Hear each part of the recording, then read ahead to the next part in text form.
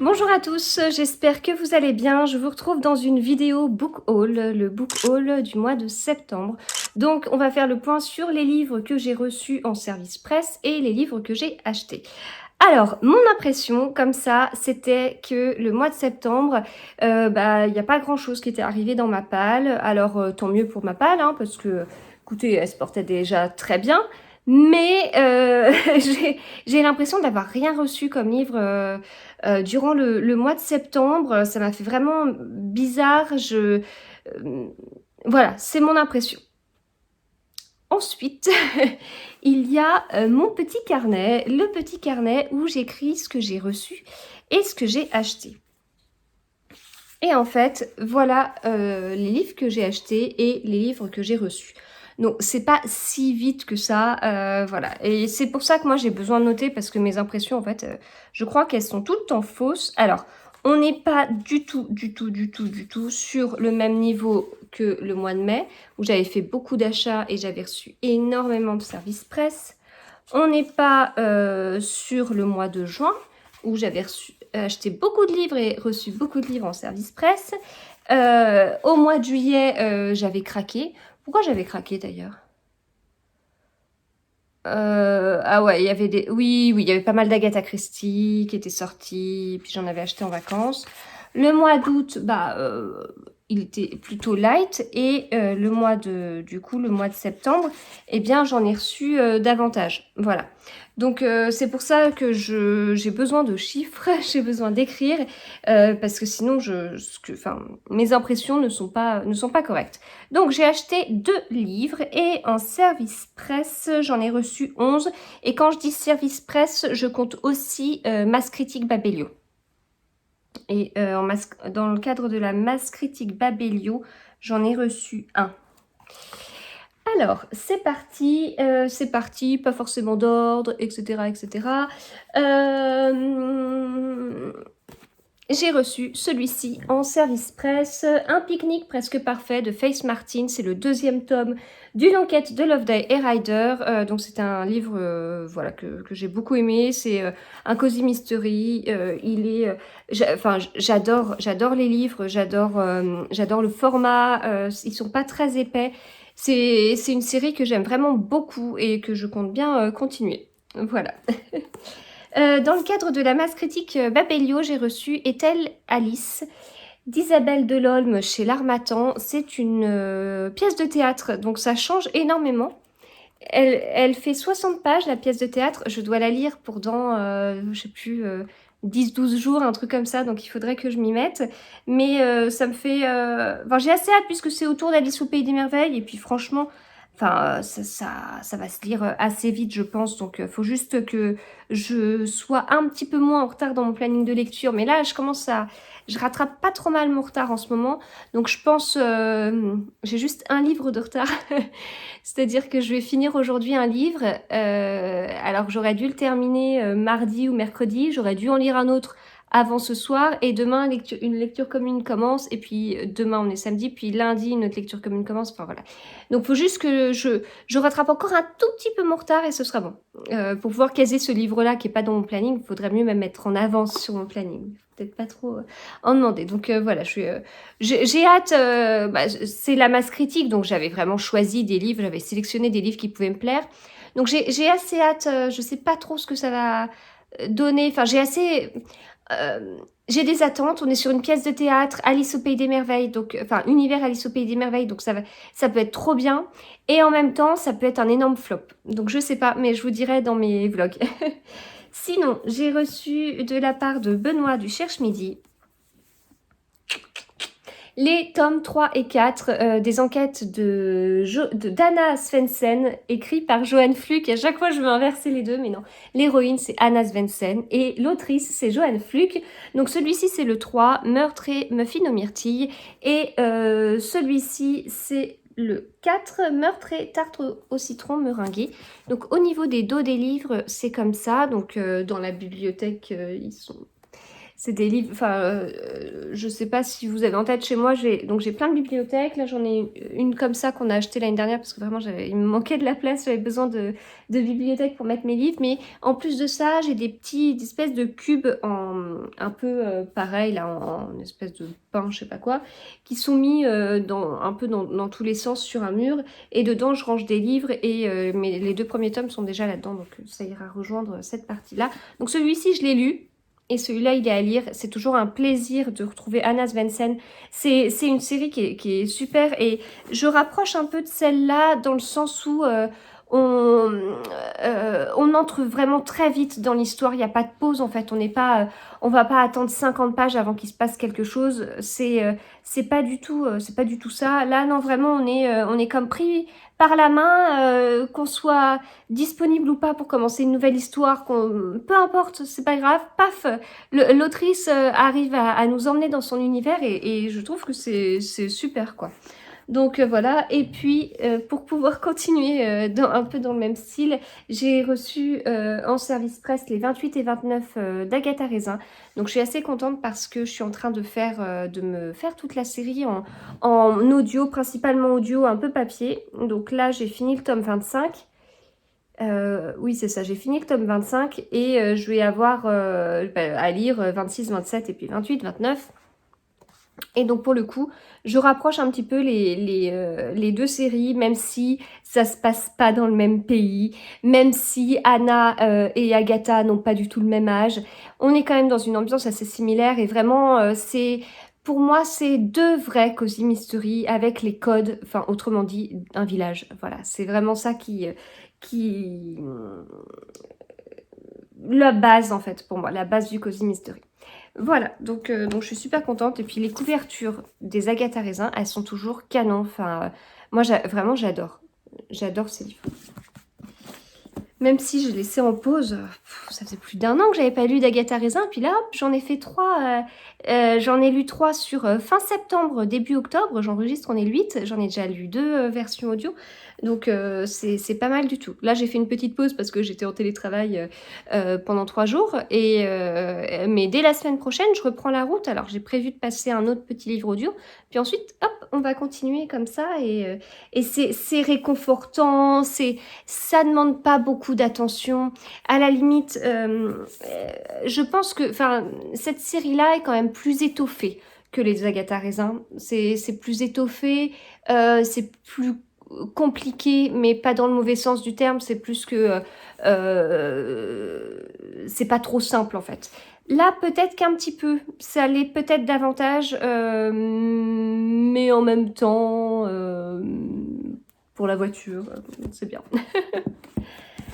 Est-ce qu'on reste dans le thème Cozy Mystery? Parce que j'en ai encore un. De toute façon, vous pouvez pas me répondre, donc vous allez dire oui.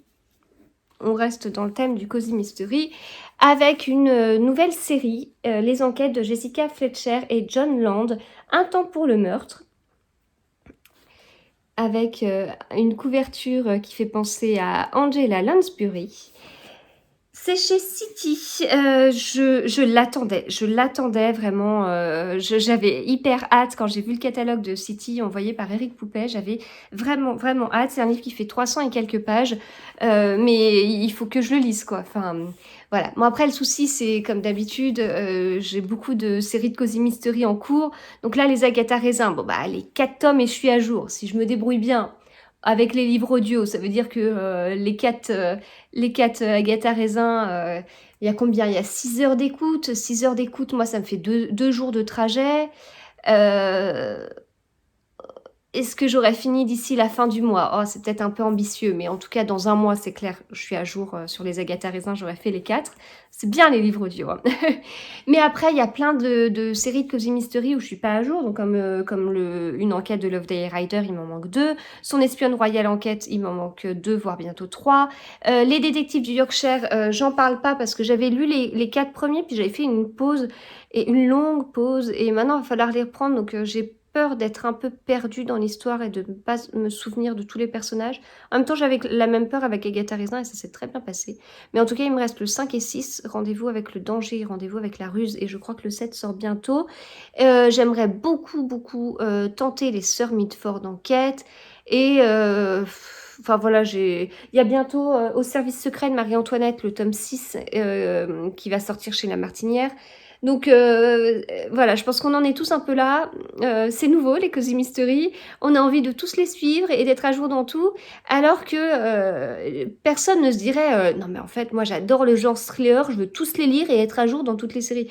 Bah non, en fait, il en existe tant que c'est pas possible et on l'accepte. Les Cozy Mystery, je sais pas, moi j'ai du mal à l'accepter en fait. C'est puis il y a quand même, enfin, le fait que ce soit des séries, enfin, on accroche vraiment avec les personnages. Il y a vraiment, comme en plus c'est très cocooning, on accroche avec eux et du coup, bah, on a envie de continuer à les suivre, mais ouais, enfin, je sais pas. C'est particulier, mais il y a un moment donné où il va falloir se dire que les Cozy Mystery, ça marche tellement que c'est pas possible, en fait. C'est pas possible de tous les lire et d'être à jour. Donc, bon, celui-ci, je l'ai et j'ai hâte de le commencer. Faut juste que j'arrive quand même à être à jour sur une autre série pour le commencer. Alors, j'ai reçu de Calman Levy les enquêtes de Maud Delage de Marie-Bernadette Dupuis, c'est le volume 1. Donc je ne peux pas trop vous en parler pour l'instant. Marie-Bernadette Dupuis, je la vois beaucoup passer en fait, elle écrit quand même beaucoup de choses et des styles plutôt différents. Donc quand j'ai vu ce livre, bah, j'avais envie de tenter et avec des enquêtes, enfin, je sais pas, ça me disait bien. Sinon, j'ai reçu aussi celui-ci. Enfin, je l'ai pas reçu. Je l'ai eu avec Bernard Werber à côté. La prophétie des abeilles. Je me demandais ce qu'il y avait écrit là dans ces romans. Donc, La prophétie des abeilles chez Albin Michel. Dédicacé par l'auteur, puisque je l'avais vu à une soirée pour fêter cette sortie. J'ai hâte de le lire. Je sais pas quand le caser. Ce qui m'ennuie juste, c'est que je sais que le prochain Eric Emmanuel Schmitt va pas tarder à sortir. Et j'ai pas envie de les lire l'un après l'autre en fait. Donc je voudrais être sûre de savoir quand est-ce qu'il va sortir. Est-ce que je le recevrai parce que il y a pas mal de livres que je pensais recevoir sur le mois d'octobre et que j'ai pas reçu du tout. Et ce que je trouve très curieux. Mais écoutez, c'est comme ça. Donc je commence à douter des réceptions. Donc si je le reçois, tant mieux. Et je voudrais le lire assez vite. Et c'est quand même un gros pavé. Je sais pas. Je sais pas comment tout caser. Puis bah, après, on est quand même au mois d'octobre. Il reste novembre, décembre et l'année est finie. Mais je voudrais bien prendre le temps de le lire en fait. Mais dans le sens, pas le programmer sur 2 jours. De toute façon, c'est pas possible. Il fait presque 600 pages. Donc, faut que j'arrive à trouver du temps ouais, pour me poser et le lire. Ou je commence l'année avec ça, pourquoi pas. Mais très très hâte parce que ça fait un petit paquet d'années que j'ai pas lu de Bernard Werber. J'aimais beaucoup au début, j'aimais vraiment beaucoup. Une démarche très scientifique dans sa façon d'écrire. De toute façon, il était journaliste scientifique. Ça se ressent énormément dans ses recherches et tout. Alors, bon, il y a un côté très biologie avec les fourmis et tout ça, mais même les thanatonautes, enfin c'est scientifique, mais pas forcément côté mathématique, mais en tout cas, il y a une certaine logique, il y a une certaine démarche que j'apprécie beaucoup. Bon, comme je vous l'avais dit dans un vlog, moi j'avais juste l'impression qu'il y avait un côté un peu redondant quand c'était le miroir de Cassandre. J'avais pas été au bout, en fait, du livre, parce que j'ai l'impression de... Je sais pas, j'avais peut-être fait trop de Bernard Werber, j'en sais rien. Mais moi, je suis... Alors maintenant, quand on dit Bernard Werber, les gens disent «Ah oui, les chats!» Bah non, moi, j'en suis pas là. Moi, c'est les fourmis, c'est les thanatonautes, c'est nous les dieux, c'est le père de nos pères, l'encyclopédie du savoir relatif et absolu. Voilà, moi, je suis vraiment fan de la première heure, mais il y a eu une pause dans ma fanitude. Et du coup, là, j'ai bien envie d'y retourner et voir si la magie réopère, en fait. Donc je suis assez curieuse de ça, faut juste voir quand est-ce que je le case. Dans la famille des livres que j'ai envie de lire et qu'il faut que je case, aussi Les cendres sous les coquelicots. J'adore cette couverture de Karine Pitoki, ce n'est pas Pitocchi, je me trompe tout le temps, je suis vraiment désolée, je m'excuse auprès de l'autrice, voilà, c'est Pitoki. c'est la suite des Rêves de nos mères. J'avais beaucoup aimé les Rêves de nos mères, un côté très Downton Abbey, mais qui s'en détache quand même dans le livre. C'est un petit livre qui se lit assez vite. Ici, on n'est pas sur un petit livre qui se lit assez vite, et c'est un tome 2, et elle est en train d'écrire le tome 3, elle vient de le terminer. Donc je ne sais pas quand est-ce qu'il sortira. Est-ce qu'il sortira à temps pour que je puisse le lire dans le cadre des lectrices Charleston? Ce serait trop cool, mais j'en sais rien. Mais voilà, donc je ne veux pas le programmer tout de suite, parce que si je lis les deux, alors pas d'affilée, j'ai fini le 1 il y a peut-être un mois, mais si je lis les deux trop proches et qu'il s'écoule, je sais pas, un an avant que je lise le 3, c'est dommage, mais en même temps, je vais pas le laisser traîner. Les personnages sont hyper attachants, on est dans une certaine ambiance, puis là, en plus, le premier tome, c'était 1912-1914, là, ça y est, on est dans la guerre, les hommes sont partis, d'ailleurs, il y a écrit, du coup, l'année...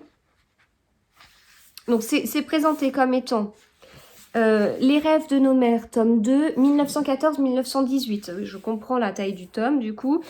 Donc les hommes sont partis à la guerre, comment ils vont s'en sortir, qui va rester, qui va mourir. Enfin, ça me fait un peu penser à Downton Abbey, ça fait partie des questions qu'on pouvait se poser. Comment ça va évoluer dans les relations entre les personnages. Voilà. Donc j'ai hâte. Et j'ai reçu aussi en service presse Le Jardin des monstres de Lorenza Pieri, autrice italienne. Donc ça c'est cool pour ma petite carte du monde sur Livre Addict, puisque je n'ai pas encore lu d'auteur italien depuis que je suis inscrite sur Livre Addict. Ça fait peut-être 1 an que je suis inscrite sur Livre Addict, je pense.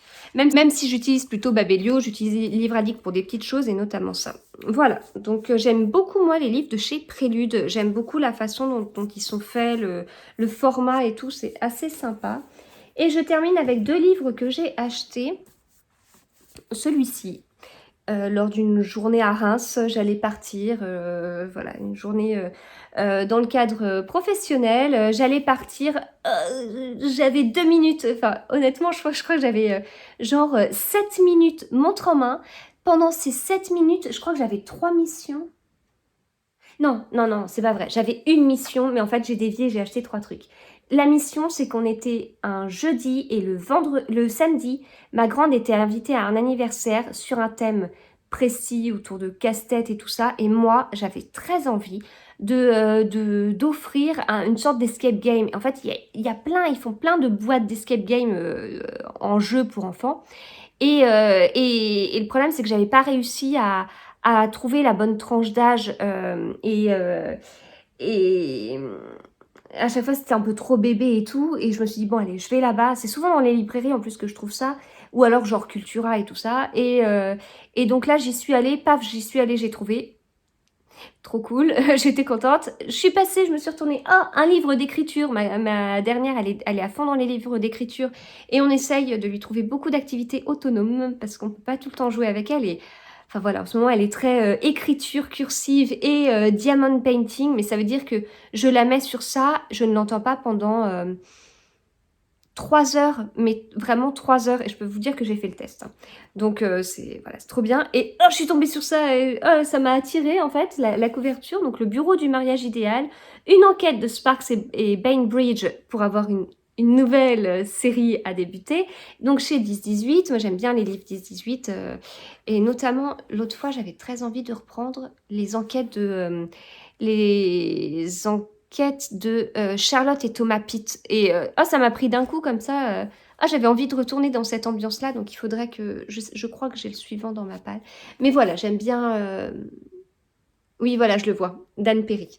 Donc j'aime bien les livres de 10-18, et là, en lisant en diagonale comme je fais d'habitude, la naissance de 2 enquêtrices hors pair, Londres, reconstruction après la Seconde Guerre mondiale, impulsive Miss Iris, esprit vif, Mrs. Gwendoline Bainbridge, mère et veuve pragmatique, s'associe, bureau de mariage idéal, ok, enquête. Voilà, c'est le dernier mot que j'ai vu. Donc j'y suis allée, je l'ai acheté. Et un autre livre que j'ai acheté, mais que j'ai pas encore lu, Pourquoi je ne l'ai pas encore lu? Siglo, le dernier des enquêtes de Sigurdur de Ragnar Jonasson. C'est trop bien, je suis trop contente. Vous les voyez pas, ils sont tous là. J'ai Snior, Nat, Sot, Vic, Mork, donc j'en ai 5, c'est le 6e. Il est pareil que les autres, ils l'ont sorti chez Point début septembre. Il est pareil, il est tout irisé. La couverture, vous voyez, elle est toute irisée. Alors pas ça, parce que ça c'est le bandeau publicitaire, mais c'est tout irisé, c'est trop beau. Je suis trop fan, j'attendais juste qu'il fasse un peu froid. Et là, le matin, on a 5 degrés, on allume la cheminée, il fait froid, quand on ouvre les volets, il fait vraiment froid. Donc, on commence à être dans la bonne saison pour sortir tous les polars nordiques. C'est bon. Donc, il faut que je le casse, il faut que je programme une petite lecture commune, ce serait super sympa. Il y a 260 pages, franchement, ça se fait sans souci. Puis, il y a un côté nostalgie parce que... j'ai tendance à chaque début de saison à me replonger dans la même période l'année d'avant. Là, je me rappelle très bien comment ça s'est passé. On était moitié reconfinés. Enfin, en tout cas, de mon côté, je commençais... enfin, à quelques semaines près, j'étais à nouveau en télétravail tous les jours à cause de la seconde vague du Covid.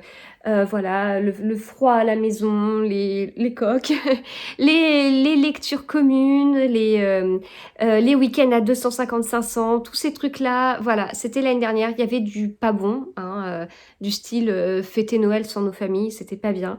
C'est pas des choses qu'on veut revivre, mais il y avait des choses qui étaient plutôt bien, et ça en fait partie. Ragnar Jonasson, pour moi, c'est totalement cette période il y a un an, donc c'est cool, voilà, je suis contente. Mais il faut juste que je le case, et pour l'instant, je manquais un peu de visibilité sur mes plannings, et là, il va falloir que novembre, je commence à planifier de façon un peu plus sérieuse que ce que j'ai pu faire jusqu'à présent. Voilà, j'ai terminé. Bon, je suis désolée, j'ai parlé un petit peu vite parce que je suis pressée. J'espère que ce book haul vous a plu. Moi, je suis assez contente parce que vous voyez, je suis restée sur le fait de... Oh mince, je devais recevoir ce livre, je l'ai pas reçu. Oh bah mince, celui-là, je devais le recevoir et je l'ai pas reçu. Voilà, j'ai l'impression que mon mois de septembre s'est passé comme ça. C'est faux. Vous voyez, c'est faux. J'ai reçu beaucoup de livres et c'est assez chouette. Enfin, je remercie beaucoup les maisons d'édition pour leur confiance. Et voilà.